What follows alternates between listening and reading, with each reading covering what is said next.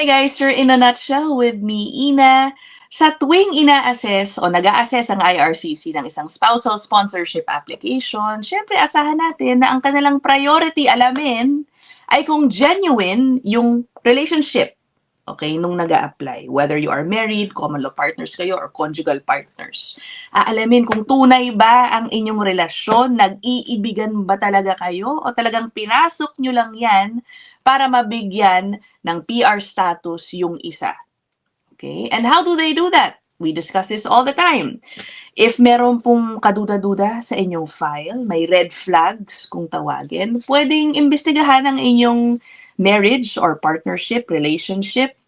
Tapos i-interviewin kayo, 'di ba? Tatanungin yung couple ng mga bagay-bagay tungkol sa isa't isa to test your knowledge about each other. About the history also of your relationship. How you ended up deciding to get married o paano kayo napunta sa isang long-term relationship. Okay, basically ask you information that only you being in a relationship together would know about. Okay? Ngayon, ang tanong natin for this episode, paano kung ang pinag-uusapan ay isang arranged marriage? Okay. I know it's not very common no, sa Pilipinas. Pero sa ibang bansa, it's still very common, lalo na sa, bandang South Asia, I think some parts of the Middle East, nangyayari pa rin po itong arranged marriages. And I am personally curious, paano nga naman pag yung couple na nag-apply for spousal sponsorship ay talaga nagpakasalang dahil sila ay sinetat ng kanilang mga pamilya, ng kanilang magulang, tapos hindi pa nila masyado kilala ang isa't isa. Papasa kaya yun sa mata ng IRCC? O sasabihin ko na yung summary nitong federal court decision na ating pag-uusapan. In their case, their application was refused. At klaro naman po dito sa federal court decision, Canada recognizes itong arranged marriages, okay, that it is part of many people's cultures. Pero according to the ruling, kahit na kayo ay arranged marriage, basically ang takeaway po dito, inaasahan pa rin ng IRCC ng Canada na merong batayan pa rin yung inyong pagsasama. Maliban sa napilitan kayong magpakasal dahil sa inyong mga pamilya o mga kaibigan. Okay?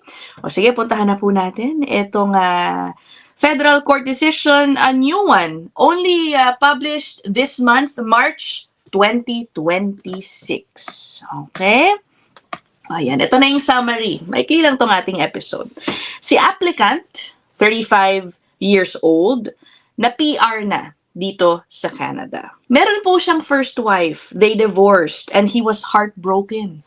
Sabi nga dito, After his divorce, the applicant did not want to marry as he was heartbroken. Pero ito na nangyari, umuwi siya ng Pakistan noong March 2022 at doon nagpakasal to another Pakistani national. At that time, yung babae po noong 2022 ay 18 years old.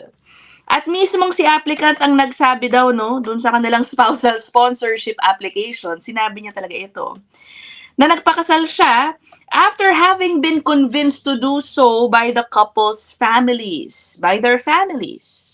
The applicant acknowledges that the marriage was arranged, but he states that this idea is very well known and accepted in his country. Ito na, ang Canada dismissed the applicant's appeal. Okay, na-refuse na tapos nag-appeal sila. Dinismiss pa rin yun because it concluded that the marriage was not a genuine one and that it was entered into primarily for the purpose of acquiring status. Puntahan natin kung bakit. According to the Immigration Appeal Division, okay, sabi, they found that there was little evidence of the applicant's relationship at meron ding daw nakita ang discrepancy doon sa application sa naging testimony ni applicant, ni sponsor, nung inimbestigahan na itong kanilang kaso. Okay? Sa application daw, ang sabi ni applicant, after his divorce, he went back to Pakistan because he was heartbroken. And that he was upset because his family had found a potential new wife unbeknownst to him. Okay? Nang hindi niya alam, ano ba yan? Hinirapan niyo ako ng bago na namang mapapangasawa. Pero noong inimbestigahan ito, tas nag-testify sa isang hearing, ang sabi ni applicant, he went back to Pakistan to remarry after having asked his mother to find a suitable spouse for him. So there's a discrepancy. Una sinabi mo, nainis ka dahil sinet up ka. Nung kinwestiyon na ang inyong application, biglang sinabi mo na, oo, nagpahanap ka pala na mapapangasawa sa iyong mommy. Okay, so that's one red flag. Sabi daw ni applicant, okay, his family and his wife's family first met at the end of January 2022. But later, sinabi rin niya na hindi niya na maalala. Ano ba yan? Okay, so ano ba yan? Tapos ito naman, parang meron din pinagdudahan dahil sabi dito, the applicant and his wife could not explain what led their respective family to suggest that they would be compatible. The discussions that led to the proposed marriage remained vague and unclear. No evidence on the part of the people who were part of those discussions was offered. And the applicant and his wife could not either explain why they were compatible. See, this is where the problem lies yung sinabi ko nung una. No? Paano nga kung talagang arranged marriage na napilitan? Okay, pero they are technically married, lalo na sa mata ng kanilang kultura. It is a widely accepted practice.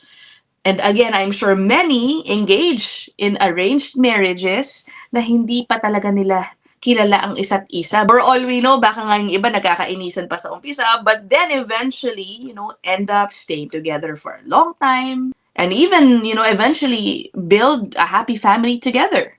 O, sabi dito, beside knowing that their partner liked to watch TV, yun lang daw ang alam, na mahilig manood ng TV, kaloka. They had very little knowledge of each other, even after a few years into the marriage. So nag-go a few years na rin pala, kaya naman, ano ba yan? Finally, sabi dito, they made no specific plans for their future. In the end, yun na nga, guys, ni-refuse ng Immigration Appeal Division. At ang sabi ni Judge, okay, while it is one thing to accept that arranged marriages are performed in the applicant's country and culture, eto na, they still need to be based on something. In other words, if not based on love, the marriage must be based on some rationale or benefit. So in short, hindi po ibig sabihin na nire-recognize ng Canada ang arranged marriages. Okay na yun. Kailangan meron pa ring batayan ang inyong relasyon. In this case, ang inasahan ng IRCC at ni Judge, alam nyo man lang sana, kung bakit kayo ang sinet up. What makes you two compatible? Because after a few years na pala into the marriage, parang you still had very little knowledge about yourselves. Hindi po pala po pwede yun, at least in this court. Walang usap tungkol sa future ninyong mag-asawa. Kung ganun nga naman, mapapaisip ka, baka naman pagdating nyo sa Canada, mag-divorce na lang din pala kayo. You're not thinking about your future. You still haven't gotten to know each other. Baka akala nitong mag-asawa, na magiging lenient sa kanila magiging lenient yung IRCC sa kanila because arranged marriage, culturally accepted. Na baka hindi na masyado ko questionin. Well, they were mistaken. So hanggang ngayon, hindi pa rin po talaga sila nakalusot. Again, na-refuse na nung IRCC, nagpunta na sila sa Immigration Appeal Division, dismissed doon, at ngayon sa korte, dismissed pa rin. Okay, so that is it. What do you think about this topic? I'll end this episode here. See you guys in the next one. Bye!